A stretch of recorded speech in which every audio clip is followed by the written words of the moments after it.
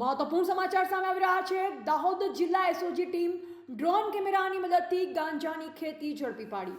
દેવગઢ બારિયાના ગુણા ગામેથી લીલા ગાંજાની ખેતી ઝડપી પાડી। ગુણા ગામના ગુણિયા ફળિયામાં ખેતરોમાંથી ગાંજાની ખેતી ઝડપાઈ।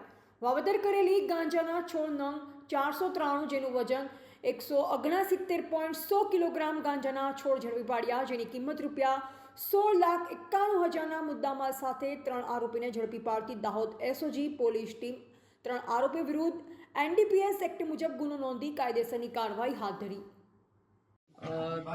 દાહોદ જિલ્લામાં જે રાજ્ય સરકારના માર્ગદર્શન હેઠળ ડ્રોન ટેકનોલોજીનો જે પાયલોટ પ્રોજેક્ટ ચાલે છે, આ પાયલોટ પ્રોજેક્ટના આધારે ડ્રોન ટેકનોલોજી અને હ્યુમન ઇન્ટેલિજન્સની મદદથી ફરીવાર 4 ખેતરોમાં ગાંજાના વાવેતર શોધી કાઢવામાં આવેલ છે, જેમાં બચુ સાહેબા બારિયા નામના વ્યક્તિના 2 ખેતર છે, જેમાંથી 10,39,000નું ગાંજાનું વાવેતર, ગુલાબ ફૂલસિંહ બારિયા એનું 1 ખેતર છે, જેમાં આશરે 2,80,000 રૂપિયાના ગાંજાના છોડનું વાવેતર, અને રમીલાબેન ભારતભાઈ બારિયા જેના ખેતરમાંથી 3,72,000ના ગાંજાના વાવેતરના કેસ કરવામાં આવ્યા છે।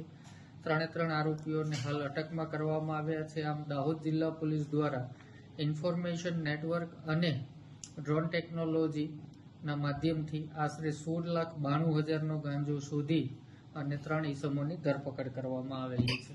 સર, ગાંજાનું વાવેતર કરી અને આ આરોપીઓ જે છે એમાં બચુભાઈના જે 2 સંતાનો છે એ બંને વડોદરા અને અમદાવાદ મજદૂરી કરે છે। એના જણાવ્યા મુજબ એ લોકલ કન્ઝમ્પશન જે હોય એમાં આનું વેચાણ કરતા હતા। રિપોર્ટર દિલીપ પટેલ, દેવગઢ બારિયા।